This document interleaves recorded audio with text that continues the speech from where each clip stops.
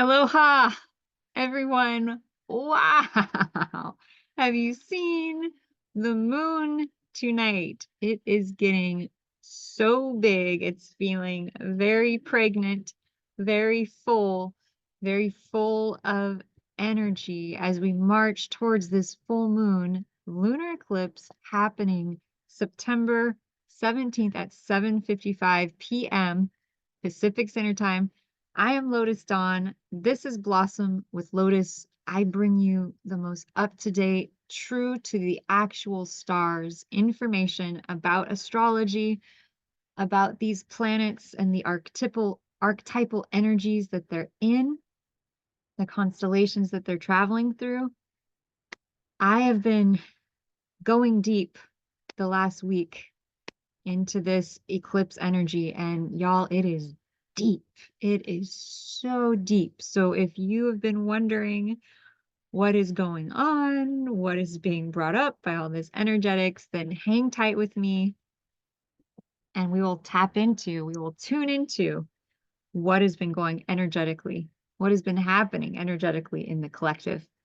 So before we dive into that, I wanted to share with you, what are eclipses? And did you know that we actually have 4 per year? Yeah, we have 4 per year, and they kind of function a little bit like bookends, where we have 2 in the spring and we have 2 in the autumn. And we always have a new moon solar eclipse, so it happens on the new moon. And we always have a full moon lunar eclipse. So we get the eclipse on the new moon and we get the eclipse on the full moon. The full moon eclipses function as completions. They function as times that we are letting go of something. And they function a very specific way related to time. So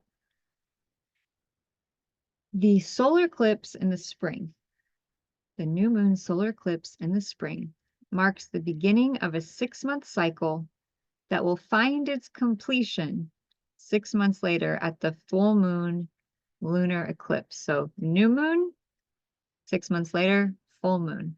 And so the beginning of the cycle for this upcoming full moon lunar eclipse was actually April 8th. Back to April 8th is where the completion of this lunar eclipse cycle, the origin, where we need to look back to find answers, to get clarity, to get guidance on what will be completing in our lives at this coming September 17th full moon lunar eclipse. And so I want to invite everyone to think back to April 8th. Okay, what was completing or what was beginning in your life at that time? What were some new moon intentions you set? What were some visions you had? What was happening in your life? What was going on around you? That's going to give you a lot of clarity about where this full moon lunar eclipse will be activating you and what it will be completing for you. Lunar eclipses, full moons. The full moon represents fullness. It represents wholeness. It represents celebration. It represents the celebration of the harvest. It represents completion. So if you tune in and you think about where you were at April 8th, going back on your timeline, what was happening in your life, right?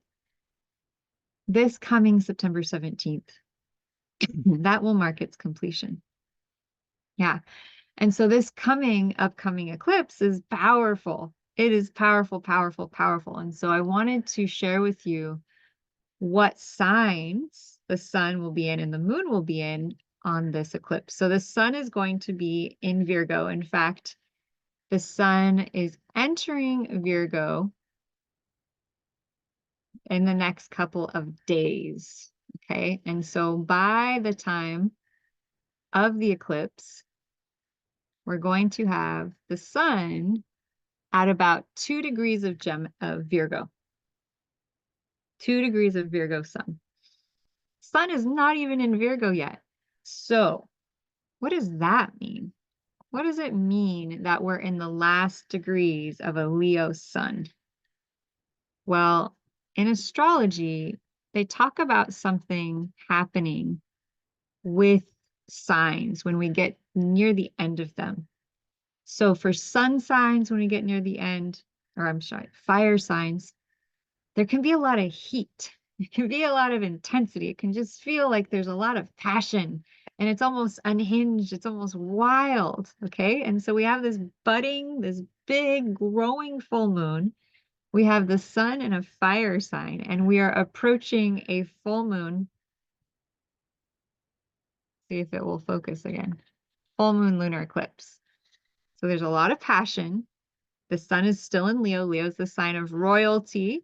It is the sign of kings and queens, the leaders of the land. Okay, but it's coming to its final end of that sign.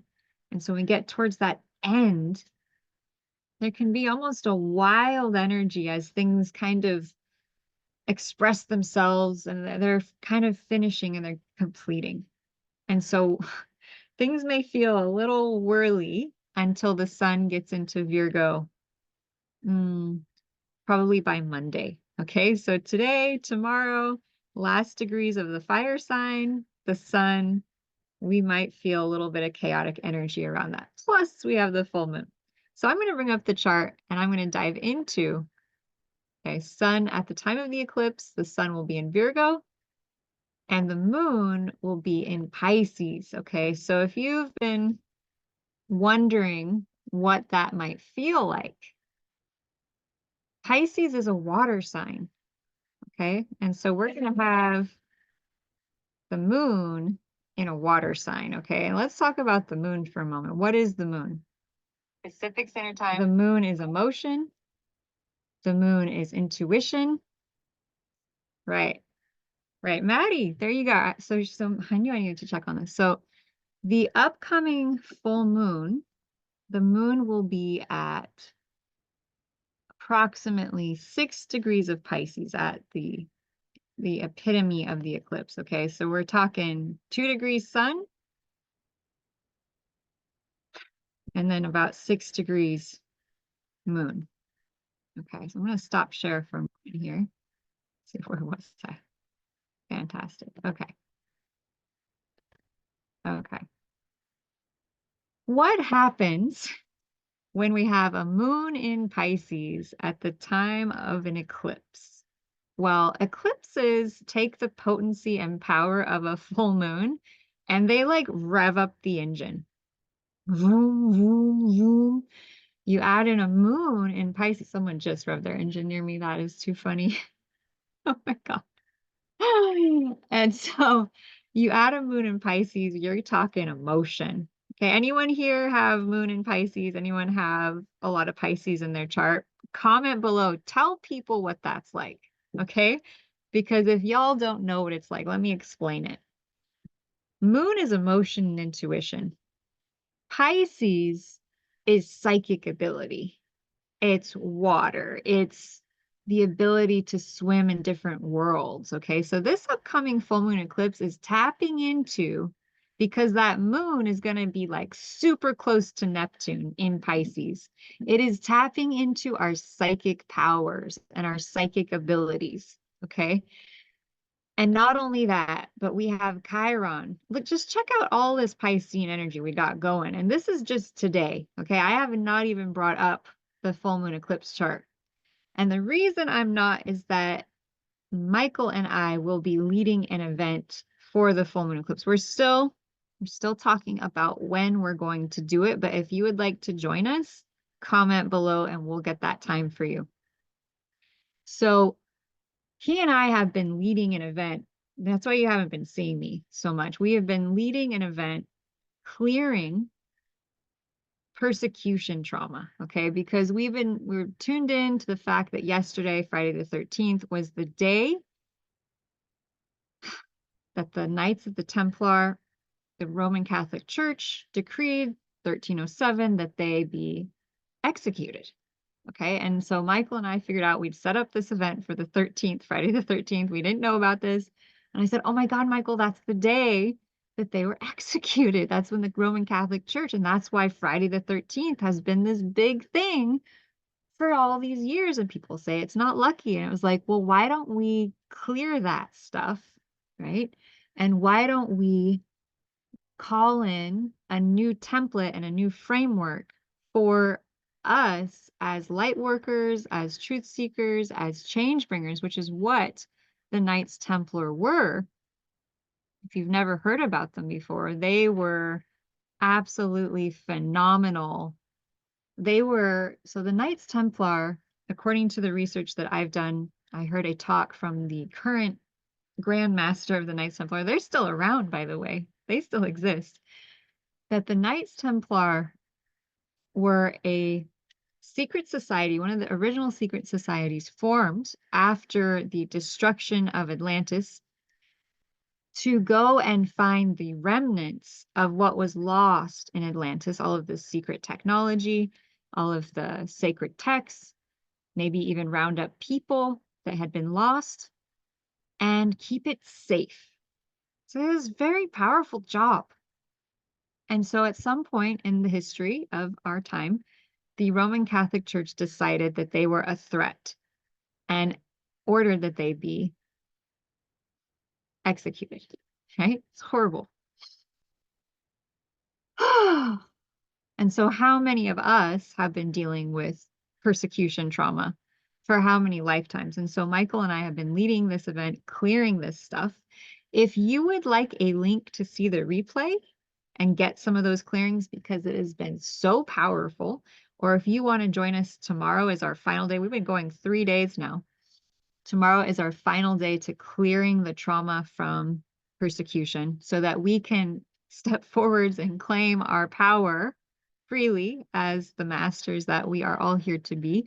Leave a comment below. I can get you the link to sign up. I'd love to, see more faces in there. We can do some more clearings with y'all.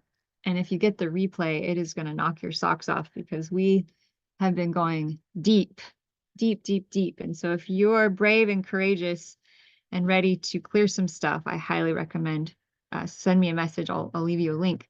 However, one reason that I really went all in with Michael on this idea and on this project, one is that as an energy clearing practitioner, both Michael and I, as he is as well, have found in our clients, in our classes with our students, persecution trauma. And I find it all the time in astrology charts. How do I find it? Well, wherever I see the 13th sign Ophiuchus typically points to persecution trauma, as well as where I find the point of Chiron.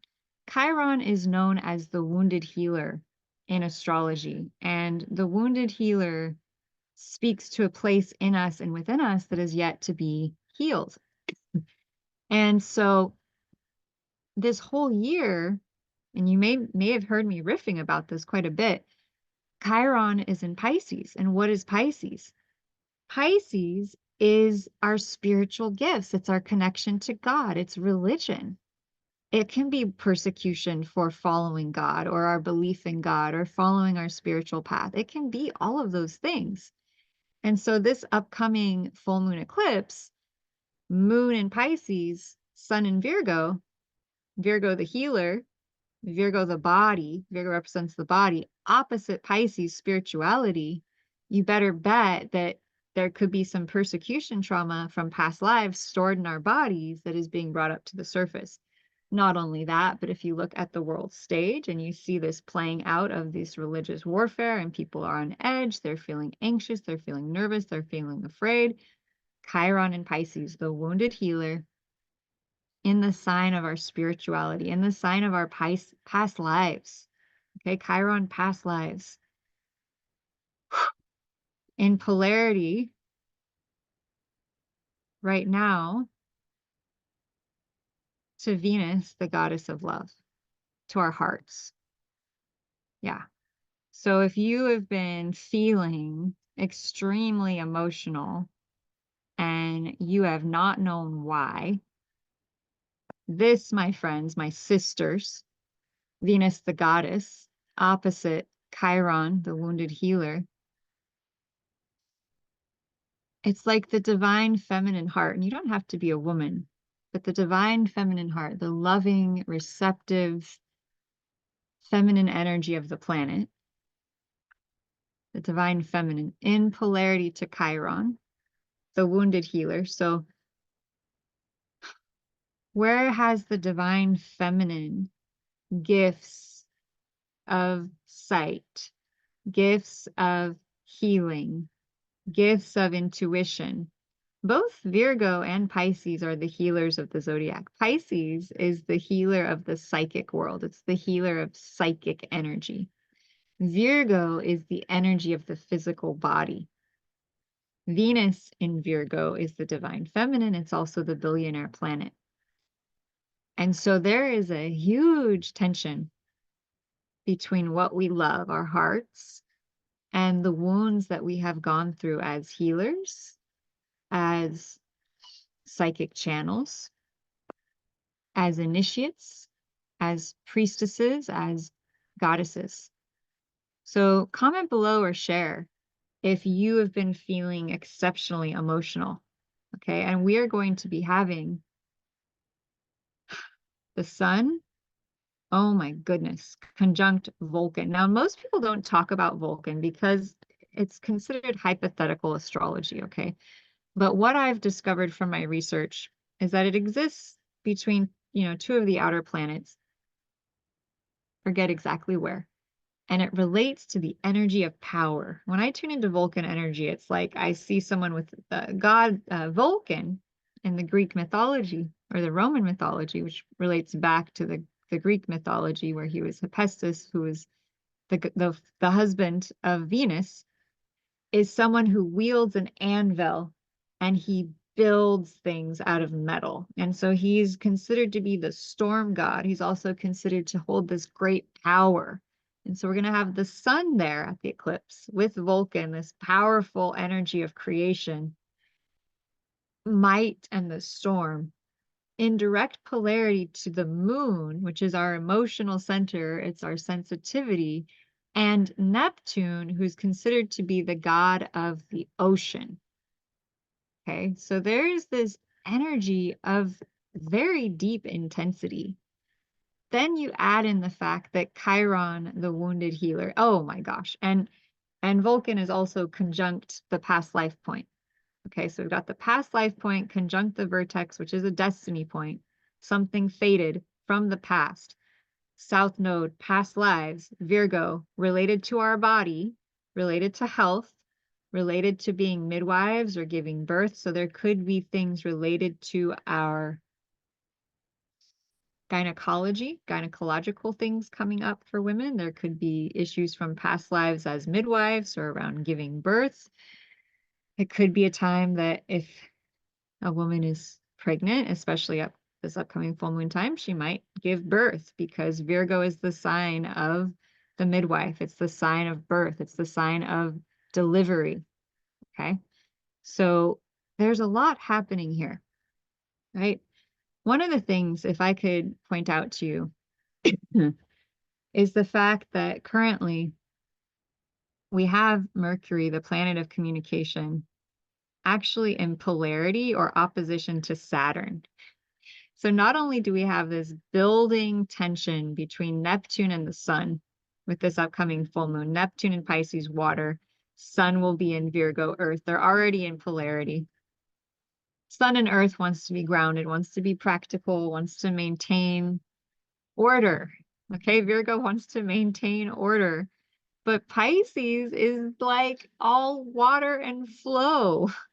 And so we have this huge polarity between the divine flow, the divine feminine flow, and the Virgo earth flow. So it's like these are almost like two feminine polarities, honestly. When I think of Pisces, it's like this flowing, intuitive energy. When I think of Virgo, it's like the earthy, practical feminine. Okay, so it's like the mind, the analysis, and then the emotion. And they're in direct polarity and opposition at this upcoming full moon lunar eclipse. Mind and emotion. How do we create a bridge between our minds and our hearts? Otherwise, we're going to be feeling so much tension. We're going to have racing mind. We're going to be feeling anxious. We're going to be feeling overwhelmed. We're going to have so many things going on in our thought field. Okay. Which is one reason that I've invited you to come to join Michael and I to do day 3 of our energy clearing. If you're having a lot of stuff come up, this may be helpful. And I will be talking to him later about an upcoming event for the full moon eclipse. Either way, I'm doing one or we're doing one together. It's happening. So by Tuesday, the eclipse, an event will be created so that we can come together and tune into these energies and perhaps do some clearings around all this stuff that is getting brought up, because it's a huge conversation. It is a huge conversation. I was just going to go to bed tonight. I've been feeling the energies. We've been doing this huge amount of energy clearing work for our group and our community, and it's been really powerful and clearing such deep things that I never even knew was possible to clear. We've been clearing. And I'm so grateful. I'm just so thankful, happy and thankful and grateful to be given these tools of energy clearing that work, that allow us, we can use the astrology chart, we can pinpoint things, we can clear them. It is just such a gift. It's so powerful, and I'm so, so grateful. And, you know, it's interesting tonight as I look at this chart that will be applicable for everyone in the Northern Hemisphere. And we have the midheaven very close to Pluto. And Pluto is the god of the underworld. So that could mean that themes, Plutonian themes, and what are Plutonian themes? Power, transformation, uh, death, sex, and rebirth.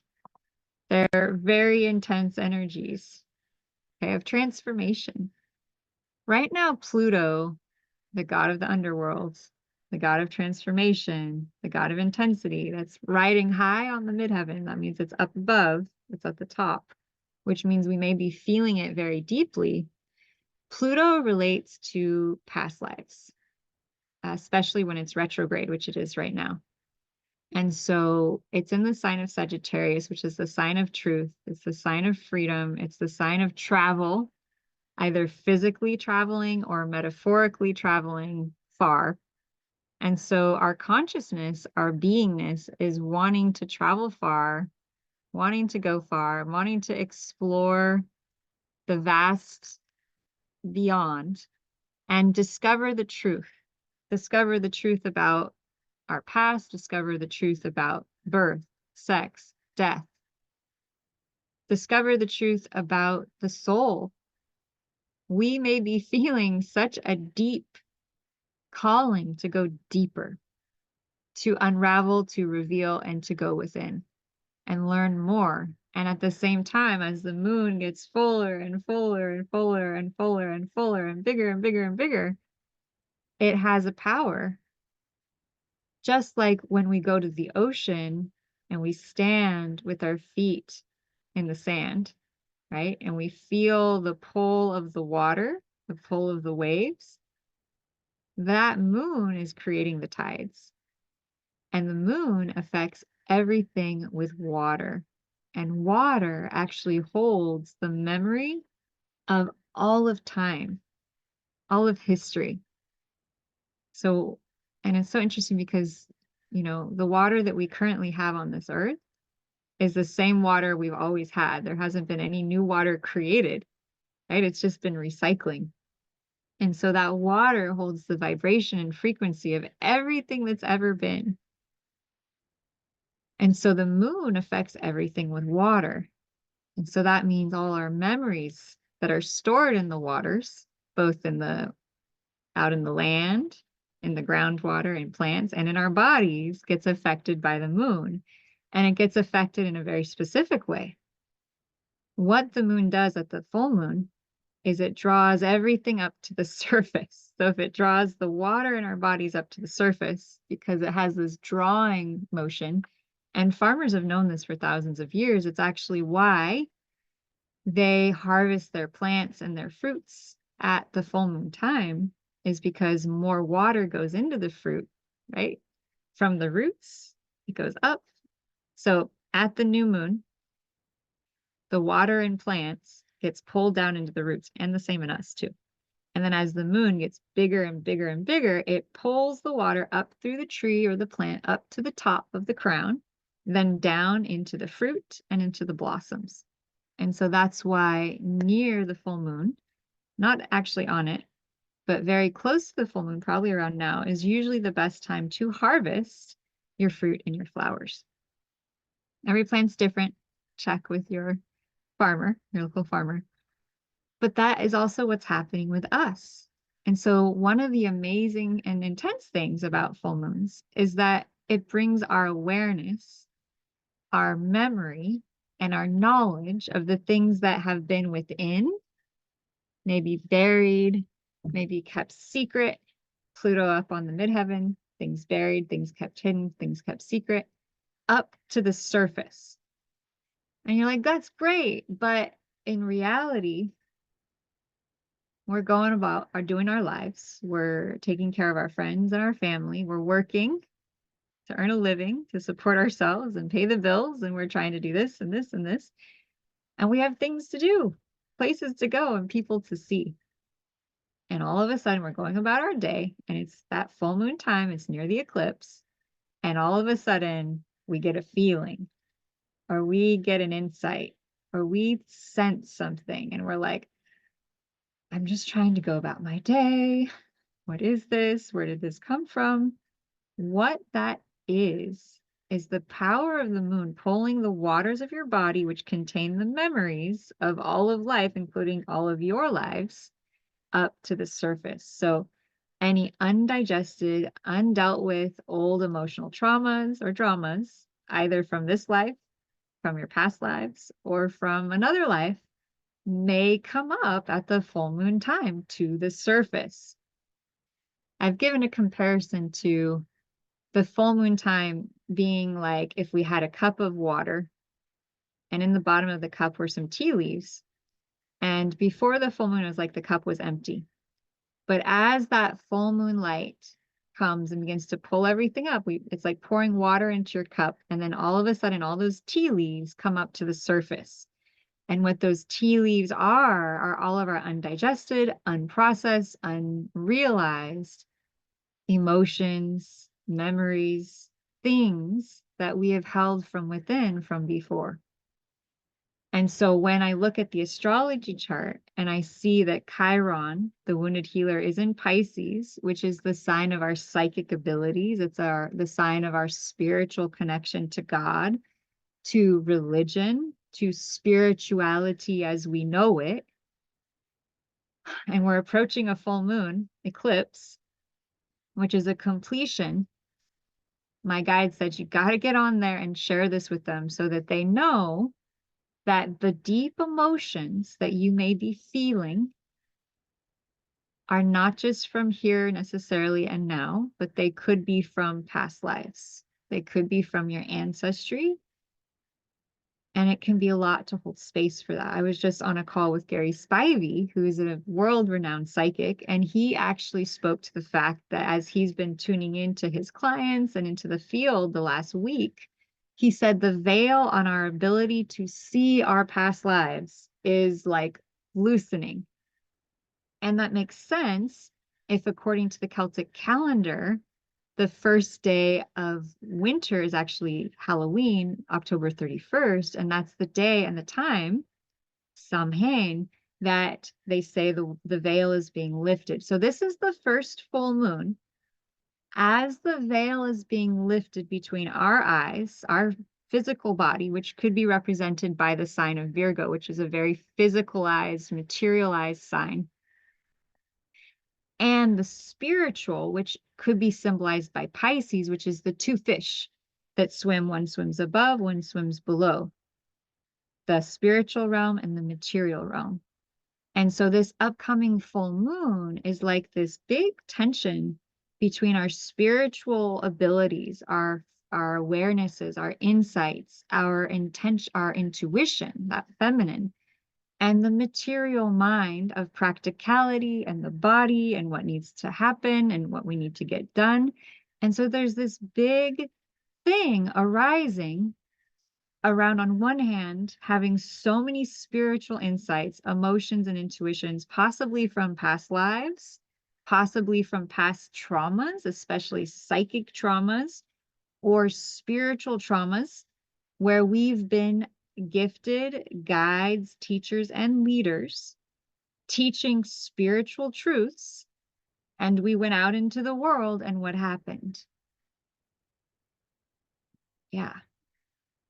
And so if you're feeling these things coming up and you're wanting to move forwards, you can.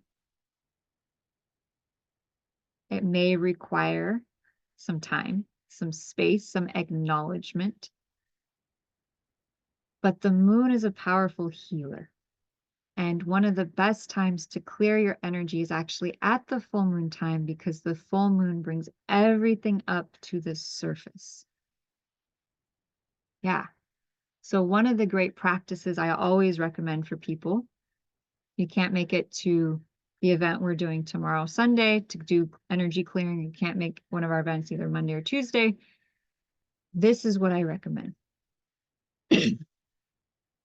When you feel something big coming up, you can actually set the intention to give it up to the moon.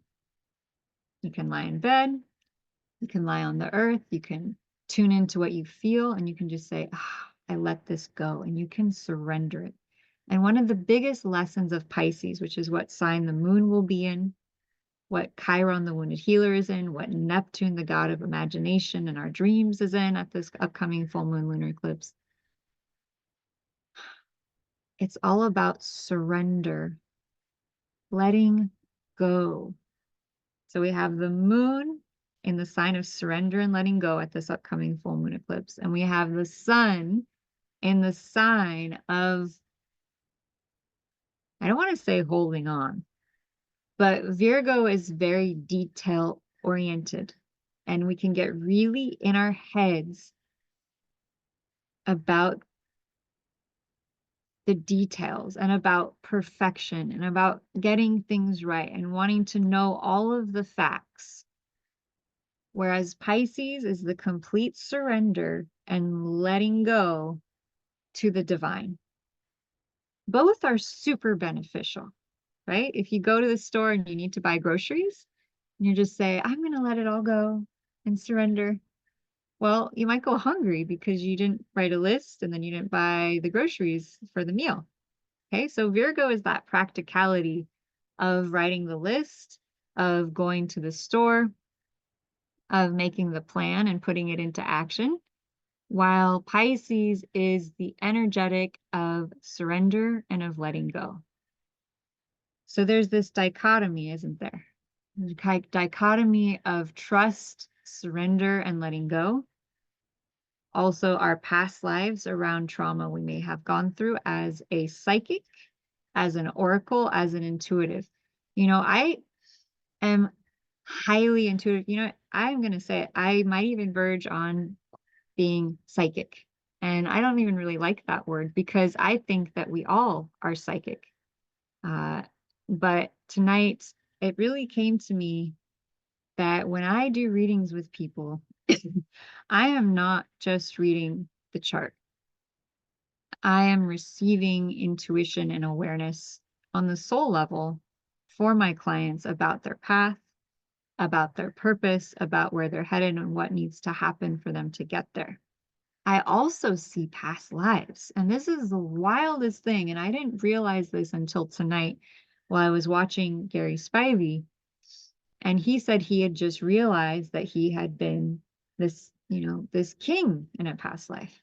And I was like, I knew that. Like when I'd first started watching him, I said he's been like a king or a pope in a past life, and I saw him very like dressed up and in his castle, his court.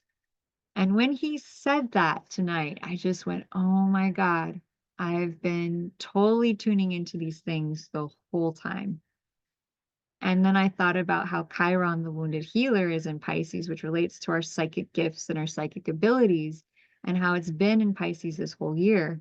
And I've realized that for a lot of us who are light workers, who are guides, who are psychic, who are intuitive, who are empathic, this may have been a year where you've been really struggling because you've been maybe starting to come out about your gifts, or at least become more and more aware that you have them. And that can mean past life traumas around times that you shared your gifts and what happened.